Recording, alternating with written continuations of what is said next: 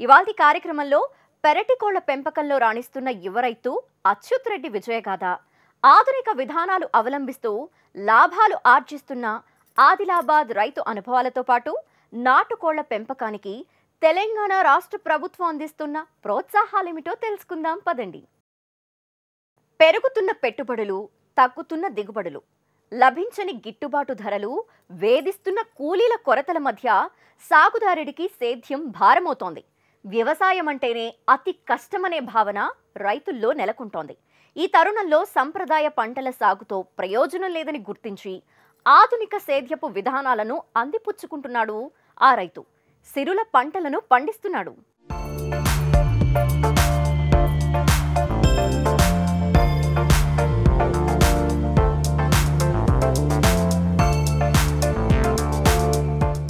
ఇక్కడ కనిపిస్తున్న ఈ రైతు పేరు రవీందర్. ఆదిలాబాద్ జిల్లా గుడిహత్నూర్ మండలం తోషం గ్రామానికి చెందిన ఈయన ఆధునిక విధానాలను అందిపుచ్చుకుని తక్కువ పెట్టుబడితో అధిక లాభాలను ఆర్జిస్తున్నాడు. శతాబ్దం క్రితం అందరిలానే సాధారణ పద్ధతిలో వ్యవసాయం చేసేవాడు రవీందర్. ఆరుగాలం కష్టపడ్డా ఎలాంటి లాభం ఉండేది కాదు. దీంతో విసుగు చెందిన రవీందర్ ఓ దశలో వ్యవసాయంలో నూతన పద్ధతులు వాడాలని నిర్ణయించుకున్నాడు. ఈ క్రమంలో ఛత్తీస్గఢ్ రాష్ట్రంలోని రాయ్పూర్లో 2011లో జరిగిన రైతు విజ్ఞాన మేళాకు మిత్రులతో కలిసి హాజరయ్యాడు.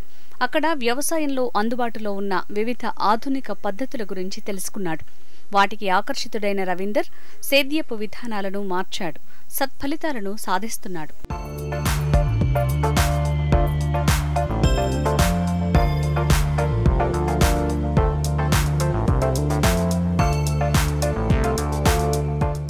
మొదటగా ప్రయోగాత్మకంగా 2 ఎకరాలలో ఆధునిక పద్ధతులైన డ్రిప్, మల్చింగ్, బండింగ్, స్టేకింగ్ పద్ధతులను అవలంబిస్తూ కూరగాయల్ని పండించాడు. మంచి ఫలితాలు రావడంతో 12 ఎకరాల్లో ఈ పద్ధతుల్లో పంటను పండించడం ప్రారంభించాడు.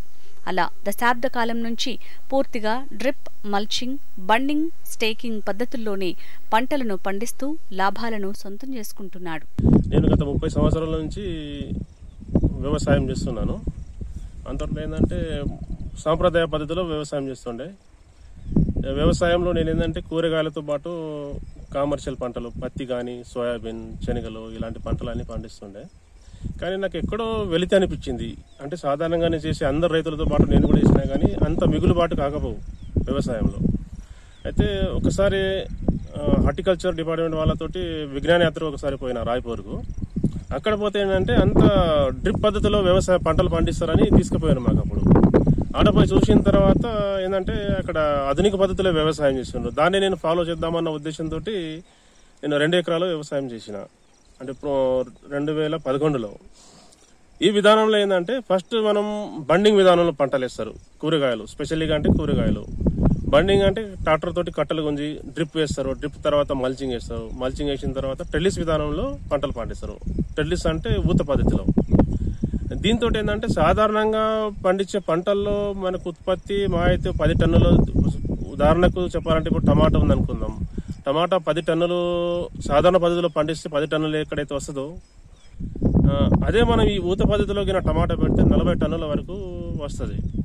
అయితే నేను ఫస్ట్ సంవత్సరం 2 ఎకరాలతో వ్యవసాయం మొదలుపెట్టిన ఈ ఊత పద్ధతిలో. దాంట్లో దాదాపు నాకు దిగుబడి మంచిగానే వచ్చింది. ఫల సాయం కూడా మంచిగా దొరికింది. దాదాపు ఎకరానికి 2 లక్షలు మిగిలినాయి. అప్పటి నుంచి ఏంటంటే నాకున్న వ్యవసాయం 12 ఎకరాల వ్యవసాయంలో కూడా కంప్లీట్గా నేను డ్రిప్ పద్ధతిలోనే వ్యవసాయం చేసిన. మొదలు నాకు నీళ్లు సరిపోకపోవు. ఇదే నీటి వనరులతోటి మొదట నేనేంటంటే 4 నుంచి 5 ఎకరాలు కూడా నీటి తడి ఇయ్యలేకపోయినా. ఎప్పుడైతే డ్రిప్ చేసినో నీళ్లు మిగిలిపోయినాయి. నా దగ్గర 12 ఎకరాలు చేసి కూడా మిగిలినాయి.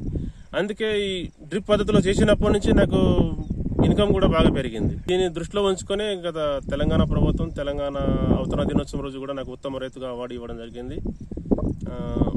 అది కూడా మన మినిస్టర్ గారి చేతుల ద్వారా ఇంద్రకరణ్ రెడ్డి గారు మరియు రామన్న గారి ఆధ్వర్యంలో నాకు అవార్డు కూడా ఇవ్వడం జరిగింది.